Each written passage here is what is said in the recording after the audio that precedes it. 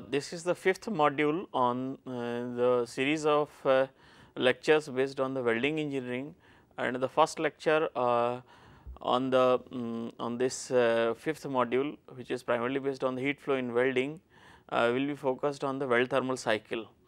And the heat flow of the welding, we will be talking about first about the heat flow in welding, and thereafter we will take up the weld thermal cycle. We know that in common conventional fusion arc welding processes, the heat is applied using suitable heat source, maybe the gas flame, arc, or resistance, electrical resistance heating principle, and whatever heat is applied, the melting is ensured to melting is ensured of the fairing surfaces to get the metallic continuity in form of the weld joint. So, in conventional arc welding processes, where the heat developed by the arc between the consumable or non-consumable electrode and the base material is mainly used for melting the fairing surfaces of the base materials in order to get the metallic continuity. So, the metallurgical characteristics and the kind of mechanical properties which are developed by welding, by the fusion arc welding particularly in the weld joint, are primarily governed by the way by which the heat flow is taking place during the welding, because the heat flow during the welding affects the various metallurgical reactions which dictate the kind of metallurgical transformation and the phases which will be formed in the different quantities, and because of these variations the mechanical properties are affected significantly in the weld region and in the heat effect and in the heat affected zone. And that is why it is important to look into the way by which heat flow in the welding takes place, and the important aspects related with the flow of heat in the welding, which dictate the mechanical and metallurgical characteristics of the weld joint are looked into. So, the three important aspects related to the heat flow in welding are like the peak temperature and its distribution in the weld region and in the heat affected zone. This is one, and the second one, after applying the heat, when the melting has taken place, the weld metal starts to solidify. So, how the cooling of the weld region and the heat affected zone is taking place after the welding, that is very important, because it affects or it governs the various metallurgical reactions which take place in the weld region and in the heat affected zone. Similarly, the solidification rate in the weld region is also very important, which is primarily dictated by the cooling rate, because the solidification structure in the weld region is governed by the rate at which it solidifies, and the solidification rate decides what will be the size of the grains and how the shape of the grain and what are the different metallurgical reactions which will be occurring in the weld region. So, it is important to look into the heat flow in the welding from these three aspects: one, the peak temperature and its distribution away from the weld center towards the base metal, and the cooling rate which is experienced by the different zones in the weld region and in the heat affected zone, and the third, how the solidification rate is observed, what kind of solidification rate is observed during the welding in the weld region, because it dictates the metallurgical structure formed in the weld region, and which in turn affects the mechanical properties and responses to the heat of the weld joint. So, these three aspects can be looked into easily using one very important aspect related to the heat flow in welding, that is in form of the weld thermal cycle. Weld thermal cycle indicates that when heat is applied, how the temperature variation of a particular region as a function of time takes place. So, this variation in temperature as a function of time of a particular location indicates many information which may be in form of heating rate, cooling rate, soaking time, and the time required for reaching a particular temperature. So, we will be talking in detail about the need of going through these aspects. So, as far as content is concerned, here the need to study the heat flow in the welding will be taking up first. Heat flow study is important because it affects the metallurgical transformations in the weld region and the heat affected zone, which in turn affect the mechanical properties of the weld joints, and that is why it is important to go through and to understand the kind of heat flow which takes place in the weld region and the heat affected zone. The second is the weld thermal cycle. We need to understand how the weld thermal cycle is developed of a particular location, and what are the important aspects or the parameters which can be obtained from the weld thermal cycle, and these parameters significantly affect the heat affected zone, the kind of metallurgical properties which can be obtained in the weld region and in the heat and in the weld region. And another then we will be looking into the factors that affect the weld thermal cycle, which indicates the variation in temperature as a function of time of a particular location. So, the various factors like the heat input, preheat temperature and the thermal properties of the base material will be considered while looking into the factors affecting the weld thermal cycle. And then effect of the weld thermal cycle on the performance of the weld joint will also be seen in terms of the weld bead geometry, like the cooling rate is slow, then what kind of the bead will be formed. If the cooling rate is high, then how the mechanical properties and metallurgical properties will be affected. And so, with the variation in temperature as a function of time, whether the rate of heating is high or rate of heating is slow, the soaking temperature is high for longer time or it is low for shorter period, or the cooling rate is low or it is very high. And so, these things will be affecting to the way by which the bead geometry will be developing, the mechanical and metallurgical characteristics that will be developed in the weld region and in the heat affected zone. And similarly, it will also be affecting the kind of residual stresses which will be developed in the weld region and the heat affected zone. And the development of the residual stresses lead to the many undesirable effects in form of the distortion and the change in mechanical properties. So, these things, some of these things will be covered in this presentation. We will be taking a first the need why to study the heat flow. We know that to control the metallurgical reactions which are usually take place in the weld region and the heat and in the heat affected zone, thermal conditions must be controlled carefully, so that we can have the proper peak temperature. Because these thermal conditions significantly dictate the metallurgical reactions which will be taking place in the weld region and the heat affected zone, and these reactions affect the mechanical properties, and that is why it is necessary to have proper control over the thermal conditions, which may be in form of the peak temperature and the way it is distributed away from the weld region, and the cooling rate in the weld region and the heat affected zone, and the solidification rate in the weld zone. These are the three important things related to the heat flow, which must be looked into to have the better control over the metallurgical reactions in the weld and the heat affected zone, so that the desired combination of the mechanical properties can be obtained for longer performance of the weld joint.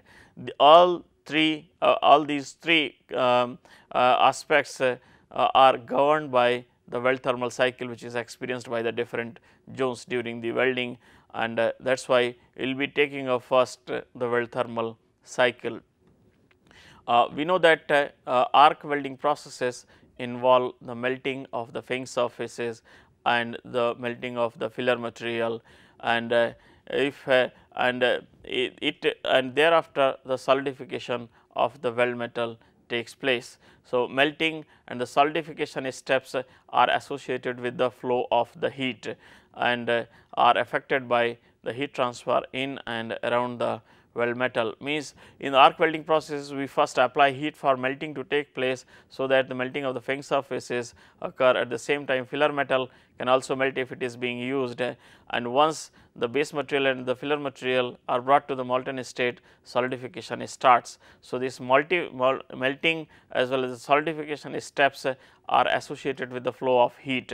The heat the rate at which heat is being applied, that affects the time required for melting, as well as the amount of the material in the base material which is brought to the molten state is affected by the rate at which heat is applied, and the rate at which heat is extracted affects the time required for solidification or indirectly the solidification rate. So, therefore, it becomes important to see that at what rate heat is being applied and at what rate it is being extracted after the application and melting has taken place. And not only the properties in the weld metal are affected by the rate of the heat extraction, that is the rate of heat flow occurring from the weld zone, but it also heat transfer around the weld region also affects the mechanical properties and metallurgical properties, because many metallurgical reactions in the heat affected zone are governed by the cooling rate experienced by the material present around the weld metal, that is the heat affected zone. So, the metallurgical structure of the metal in a particular region close to the weld metal. So, this region is the heat affected zone, is mainly determined by the extent up to which temperature rise takes place and then cooling rate experienced by the material at a particular location. So, we know that the material near the fusion boundary is subjected to the higher temperature. So, depending upon the type of metal system, the higher temperature the peak temperature up to which the properties are affected for a given material will be falling in the zone which is affected by the heat.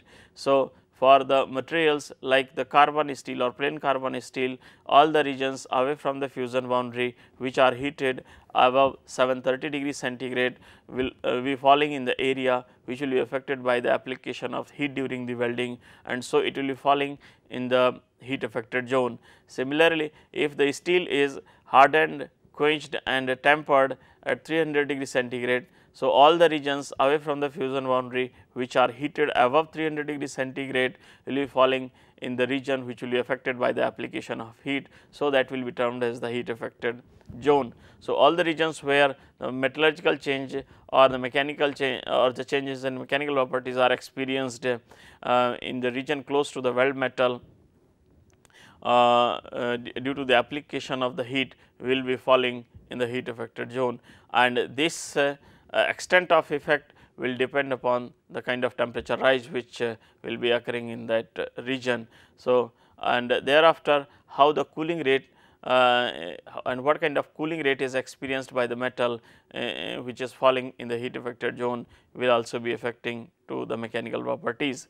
To understand this, we will see one diagram. This is the base material before welding, say for the square butt joint. On the application of heat, the melting has taken place like this and the joint is formed. So, this is the weld area which is formed by melting of the fairing surfaces of the base material. So, if this is the case of steel,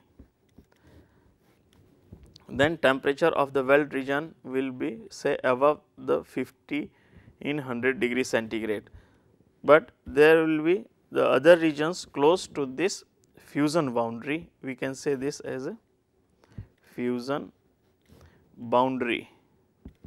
So, the regions close to the fusion boundary, both the side of the weld will be affected, will be heated to the temperature greater than 730 degree centigrade for simple carbon steel. All the regions heated above the 730 degree centigrade will be falling in the region which will be affected by the heat metallurgically and mechanically. So, this region will be termed as heat affected zone. This will be termed as heat affected zone. So, the peak temperature we know that at the fusion boundary the temperature is corresponding to the melting point of the steel, that is say about 1500 degree centigrade, and in the weld metal zone the temperature will be higher than 1500 degree centigrade, and as we will be moving away from the fusion boundary temperature will be decreasing, and too far away temperature will be say environment corresponding to the ambient conditions 25 degree centigrade. So, there will be various zones having the different temperatures, say one is 1200 degree, another is 1000 degree centigrade. So, due to the difference in these temperature values, peak temperature values, all the regions will be subjected to the different kind of the metallurgical reactions, and the different kind of the microstructural properties will be obtained. So, because of variation in temperature, basically variation in temperature in area close to fusion boundary, a lot of variation in metallurgical and mechanical properties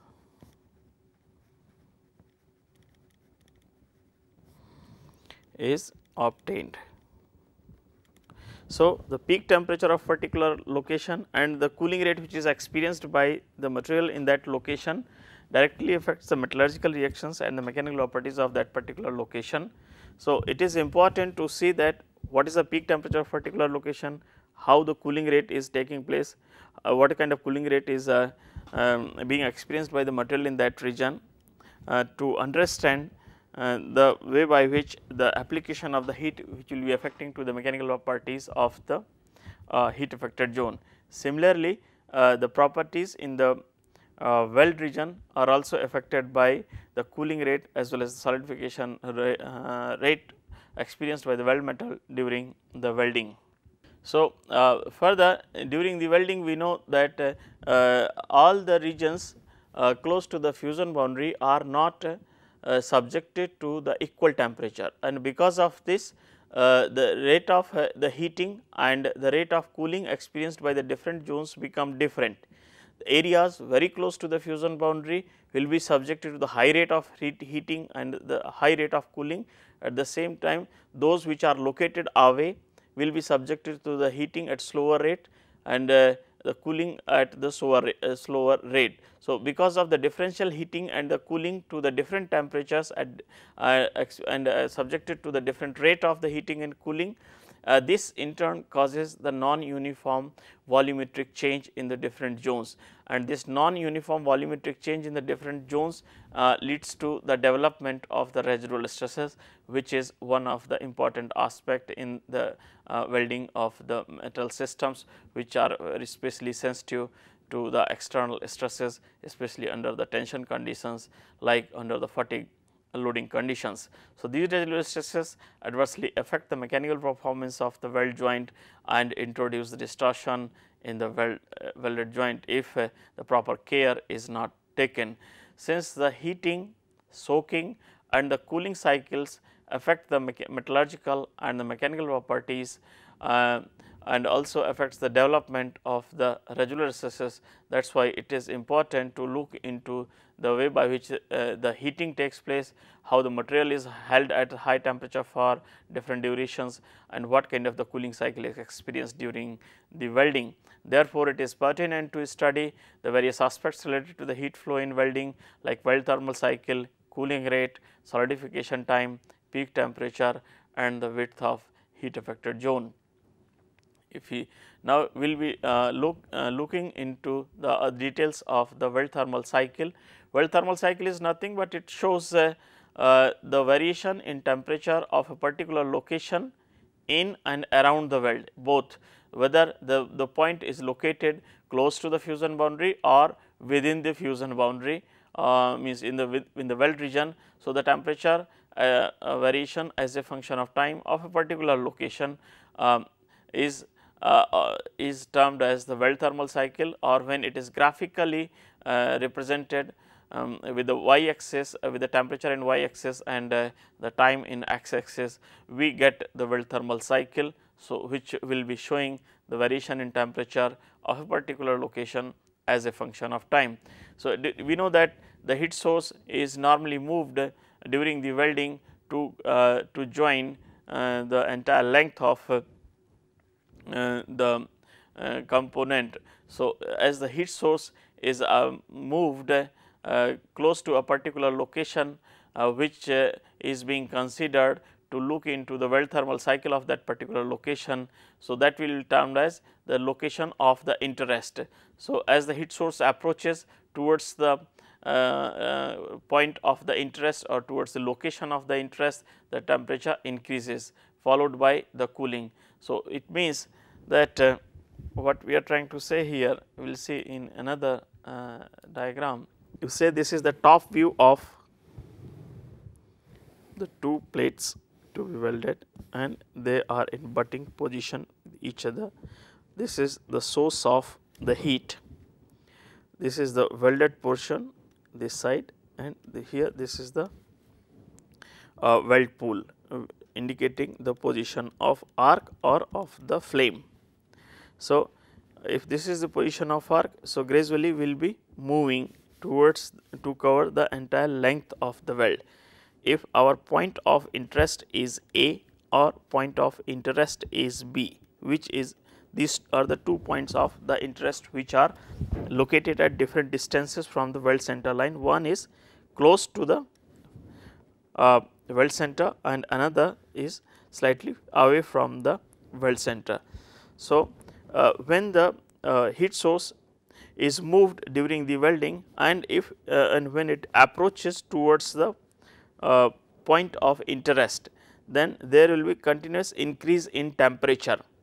So, if we plot the Weld thermal cycle as a function of time for point A. So, here we have time in seconds it may be, and here it is temperature. This is a schematic diagram. So, the Weld thermal cycle for point A, which is close to the fusion boundary, as the heat source moves towards the point A and it approaches towards the point A or the location A, which is close to the fusion boundary, there will be a continuous increase in temperature, and this increase will continue until the heat source goes past the point of interest. As soon as it starts moving away from the point of interest, temperature will start coming down, and then the cooling of the point A will start.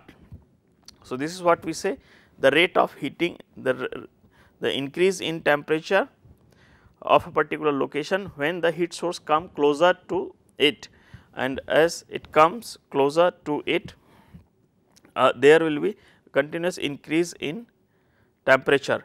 So, the slope of this heating phase, this is corresponding to the heating phase. This is the region where say we can write P, Q, R and S. So, in the initial phase when the heat source moves comes or approaches closer to the point of interest, the heating there will continuous rise in temperature during the heating phase, and this will continue in the portion P and Q. So, this is the heating phase and the slope of this line PQ will indicate. So, PQ will indicate the rate of slope of this line will indicate the rate of heating, and then once the heat source passes through the point of interest and it starts going away from the point of interest, cooling starts. So, the cooling will be occurring during the portion QR. The slope of this QR will indicate the rate of cooling. This is say for this Weld thermal cycle is say for the location A. So, the slope of the PQ and the slope of the QR will indicate the heating rate and the cooling rate respectively. If we say if we take another point which is located slightly away from the weld center line, and then for this case as the heat source approaches towards this point, we will see there will be continuous increase in temperature, but the rate of heating will be slow. That will be indicated by the somewhat this lesser slope or the smaller slope of the heating phase. So, this is say indicated by the second line.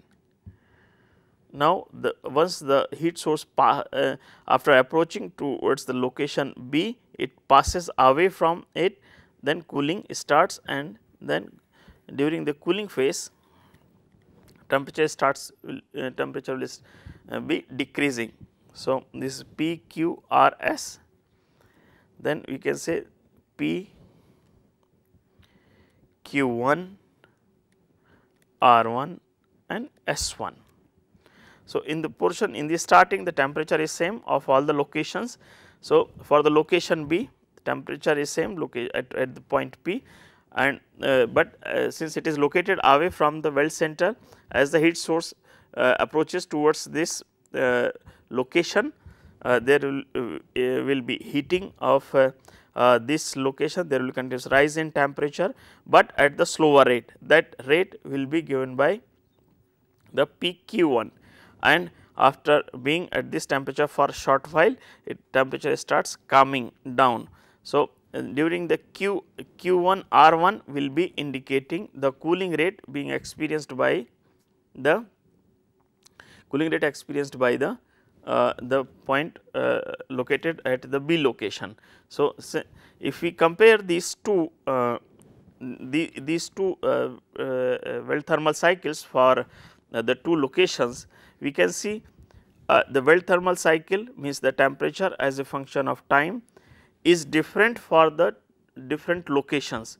The point which is very close to the fusion boundary or the weld center line is subject to the high rate of heating, and then subject to the higher rate of cooling, and the peak temperature is also high as compared to the location. If we see the weld thermal cycle of the location B, that is this, the rate of heating is lower if the point is located away from the fusion boundary or the weld center, and then cooling rate is also slower, cooling rate is also low for the point which is located away from, and the peak temperature experienced by the location B is also on the lower side. If we take another point further away, then it will be further experiencing slower rates and rate of heating and rate of cooling.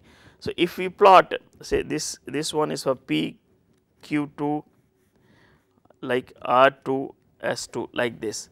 So, the peak temperature will be decreasing as we are moving away from the fusion boundary, say for the location C. So, one thing is clear, that with the location where the point of interest is located away from the fusion boundary or the weld center, that directly affects the weld thermal cycle being experienced by that particular location. If the point is located very close to the fusion boundary or the weld center, then it will be subject to the very high rate of the heating and the cooling and the high peak temperature. And as we move away from the weld center, then the rate of heating as well as cooling experienced by the point of interest will be on the lower side. At the same time, peak temperature which is experienced by that particular location will also be reduced. There is another dimension that we can look into this diagram, that is that as we move away from the fusion boundary or the weld center line, the time required to attain the peak temperature also increases. The time attained to peak temperature is this much for the location A, which is shorter than the time required to reach the peak temperature for location B, and further higher for the location C. So, These are the few important points that we can understand from the Weld thermal cycle during the welding, that the Weld thermal cycle of a particular point is directly governed by its location. Each location will have its own Weld thermal cycle, and the rate of heating and cooling and the peak temperature all will be on the higher side for the points or the locations which are closer to the fusion boundary or the weld center, and the locations which are away from the fusion boundary, they will be subjected to the lower rate of heating, lower rate of cooling, and the peak temperature will also be on the lower side. But when and one more thing, that when the points of the interest are located close to the weld center or the fusion boundary, then they will take the lesser time to reach the peak temperature, and they will take longer time to reach the peak temperature when the point of interest is located located away from the fusion boundary. So, this is the gist of the Weld thermal cycle, which will indicate the rate of heating, peak temperature, and the cooling rate experienced by the material at a particular location. One additional point that we have not touched so far, that is the soak temperature and the soak time. Soak temperature is the temperature at which the properties of the material are affected by the temperature and by its holding at that particular temperature. So, any temperature can be considered as a soak temperature, and the time of exposure at that temperature will be considered as a soaking time. So, if we take up the temperature of any interest, say we will take up another.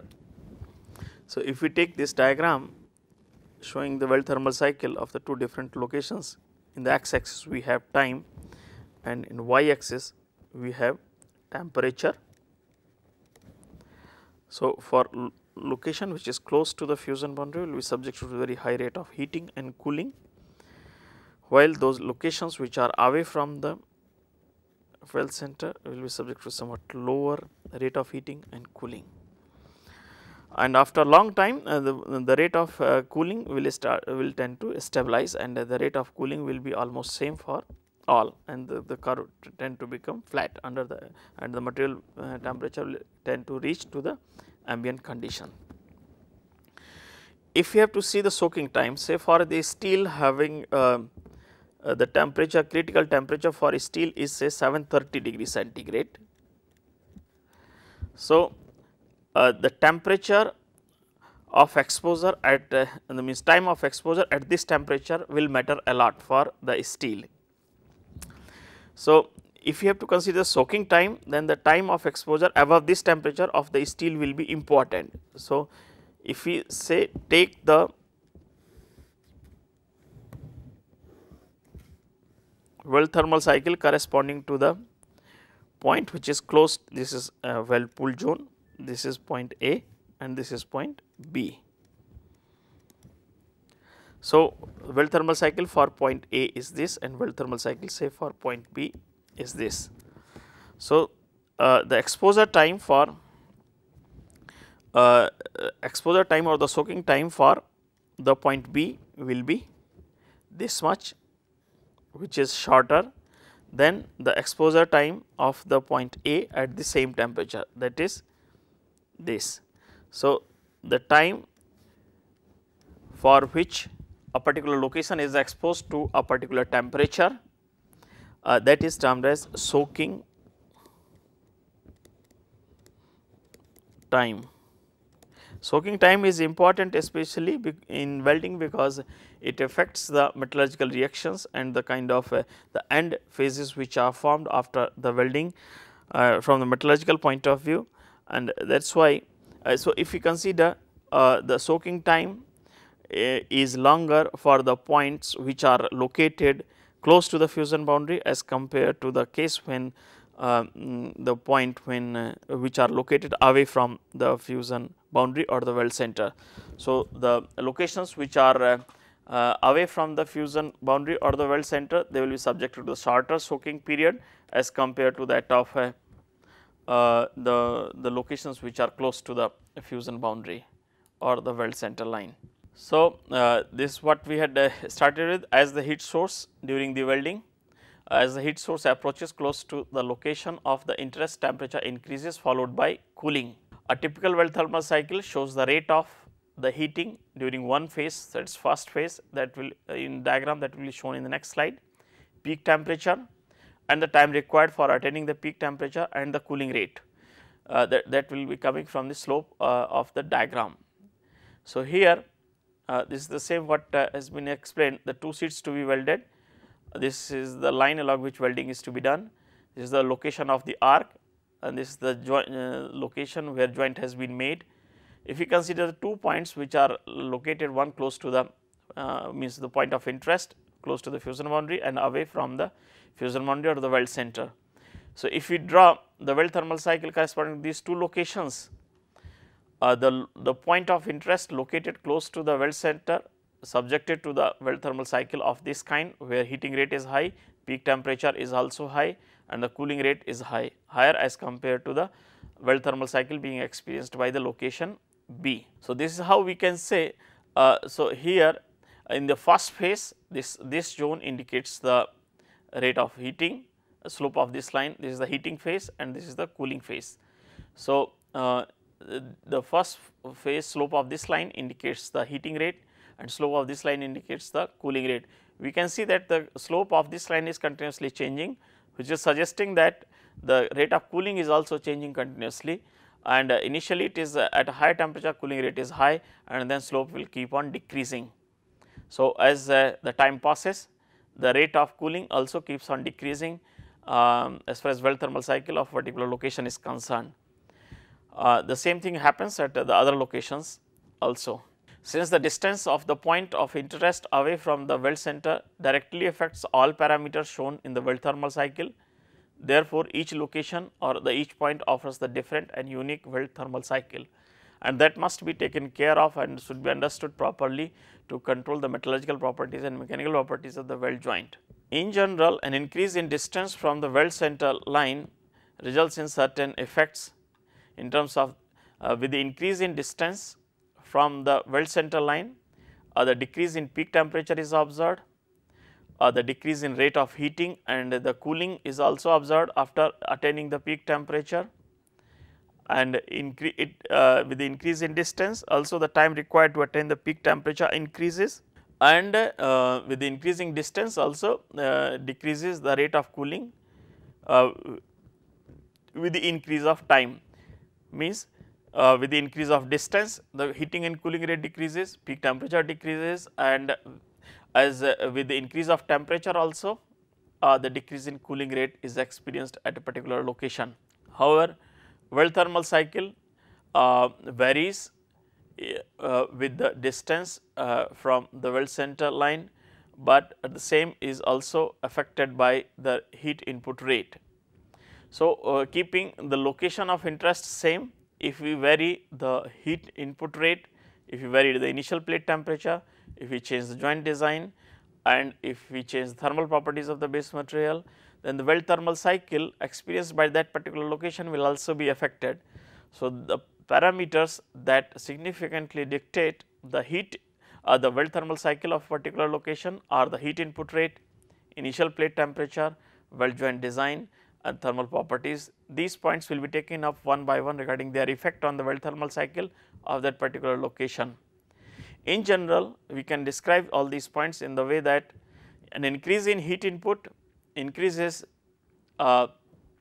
increase in rate of heat input increases the rate of heating of the particular location, it increases the peak temperature also, and it increases the cooling rate also.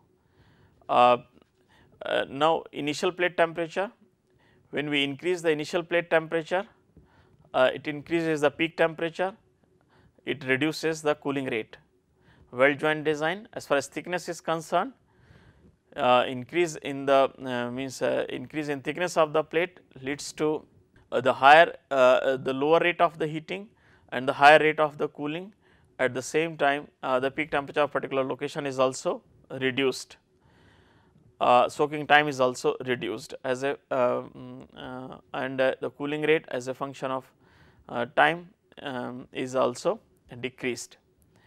The weld thermal properties of the base material like thermal conductivity and the specific heat.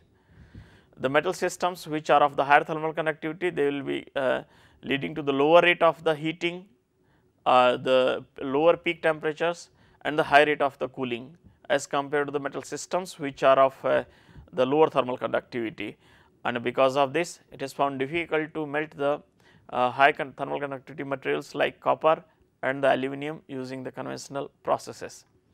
So, we will be taking up one by one to look into the effect of the different parameters on the weld thermal cycle even of a particular location. The rate of the heat input is primarily governed by the energy density of the heat source being used for the welding purpose. A decrease in heat input makes the steeper distribution of the peak temperature. So, if we like say if we use the high energy density processes, then the amount of the heat input is reduced to bring the fin surfaces of the base material to the molten state, and the reduction of the heat input will be leading to the decrease means reduction in heat input will be causing the steeper temperature distribution, and means the peak temperature will be of the different locations will be decreasing fast.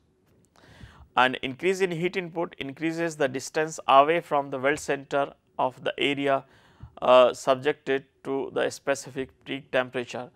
Means if we increase the heat input, then the distance up to which the material is subjected to a particular temperature, that increases. So, means with the increase in the heat input, the material is heated to a particular temperature to the up to the greater distances. So, indirectly we can say that increase in heat input increases the distance up to which the material is affected by the heat application. So, we can say the width of the heat affected zone increases with the increase in heat input. For a given preheat conditions, increase in heat input increases the soaking time at a high temperature and decreases the cooling rate. So, if the heat input is increased under the identical conditions of the preheating, the high temperature means the soaking time, the stay of the material at the high temperature at a particular high temperature, that will be increasing, at the same time it will be decreasing the cooling rate. So, one thing is simple, that under the identical preheat conditions of the base material, increase in heat input decreases the cooling rate, and which in turn affects the metallurgical properties of the heat affected zone significantly. For a given heat input, if we increase the preheat temperature, if we increase in preheating, decreases the cooling rate, and but it does not affect the soaking time appreciably. Means for a given level of the heat input, if we increase the preheat temperature, then it decreases the cooling rate, but it does not affect the soaking time appreciably. So, as far as the welding process is concerned, effect the welding process is concerned, that we have to look into in terms of the energy density of the process. We know that the high energy density process will be supplying lesser heat to bring the material to the molten state. So, they will be falling in the category of the low heat input processes. So, the high energy density processes like plasma, laser, laser beam offer the high rate of the heating, and so the high peak temperature and the higher cooling rate as compared to the low energy density processes. In case we know that the high energy density processes will be supplying lesser heat.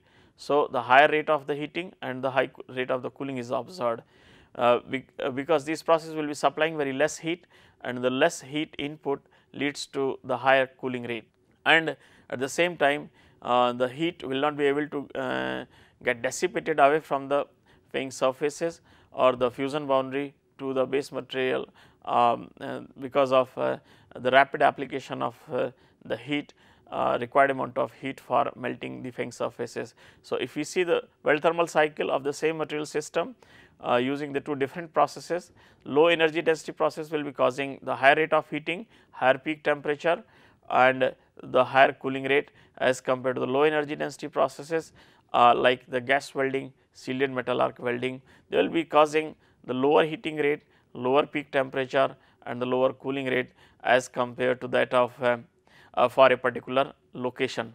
So, the welding process affects the weld thermal cycle of particular location for a given metal system because of mainly because of the kind of heat input which is being supplied during the welding, and this heat input difference is observed because of the difference in the energy density associated with that particular process. Weld joint affects the weld thermal cycle mainly in the way by which the heat flow away from the weld area is affected. So, if we see the weld geometry parameters such as the thickness of the plate affect the heating rate, the soaking time and the cooling rate. We know that with the application of heat in case of thick plates, heat will be extracted and transferred away from the fitting surfaces rapidly. So, the heating rate will be low, soaking time will also be low, and the cooling rate will be high if the thickness of the plate is more. So, the cooling rate for a given heat input conditions. So, thickness of the plate directly affects the heating rate, soaking time and the cooling rate for the given heat input conditions during the welding. In general, increase in thickness of the plate increases the rate of heat transfer away from the fusion boundary and the fitting surfaces, which in turn decreases the rate of heating, soaking time and increases the cooling rate. Now, thermal properties, as I have said, the thermal conductivity and specific heat affect the weld thermal cycle directly. So, the metal systems which are of higher thermal conductivity, they will be extracting the heat rapidly from the fitting surfaces. So, will be decreasing the rate of heating, soaking time, but they will be increasing the cooling rate. And because of this, many times it is observed that welding of the high thermal conductivity material becomes difficult. Now, we will see the another parameter that affect the weld thermal cycle significantly, that is the preheat or the initial temperature of the base material during the welding. You know that reduction in preheat increases the temperature gradient, means either we use low preheat temperature or no preheat, then this will be resulting in the higher temperature gradient. So, the temperature gradient reduces with the increase of preheat, which in turn decreases the rate of cooling, and because of this reduced temperature gradient, many problems are reduced in terms of the distortion, residual stresses and those which are related with the sharp temperature gradient. Further, increase in temperature, preheat temperature increases the distance away from the weld center of the area which is subjected to the peak temperature. So, if material is preheated, then the distance up to which material will be subjected to the high temperature or to a particular temperature, that distance will increase, means the increase in preheat will be increasing the width of the zone which will be affected by the application of heat. So, means the heat affected zone is affected, width of a heat affected zone basically increases with the increase of preheat temperature.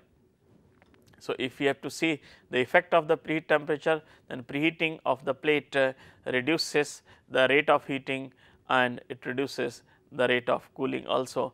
The reduction in rate of heating is experienced because of the reduced rate of the heat transfer away from the fitting surfaces on which heat is applied, and because of this heat is means the rate of heating is reduced and heat is not extracted rapidly from the fitting surfaces, and because of this the cooling rate is also reduced. With the application of the preheat, the peak temperature of particular location increases, and this also increases the soaking time or the exposure of the material above a certain temperature, which can adversely affect the material properties to the great extent.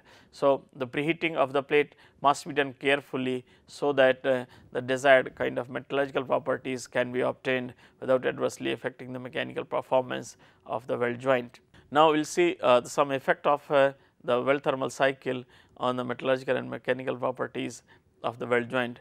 Peak temperature, we know that close to the weld fusion boundary decides the width of the heat affected zone, and the heating and the cooling rate affects the microstructure of the weld metal and the heat affected zone. Therefore, weld thermal cycle of the each point becomes of the great interest in the especially in case of the structure sensitive metals like cast iron.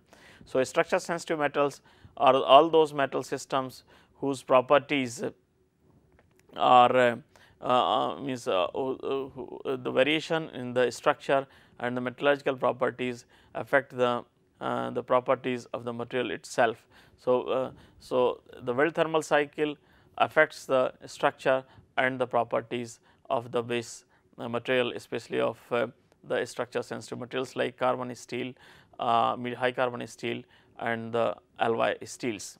So, as the conclusion, to summarize this presentation, in this presentation we have talked about the need to study the heat flow in the welding, and we have seen that it is important to look into the kind of the temperature variation which is experienced by the base material and the regions close to the fusion boundary, because it affects the rate of heating, exposure time and the cooling rate which is experienced by the material near the weld center line.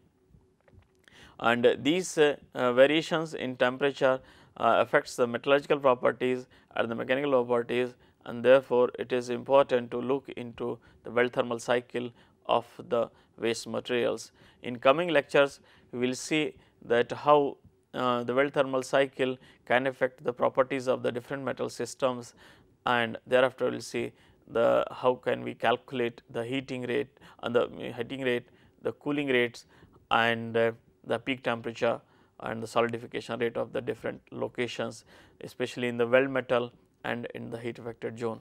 So, thank you for your attention.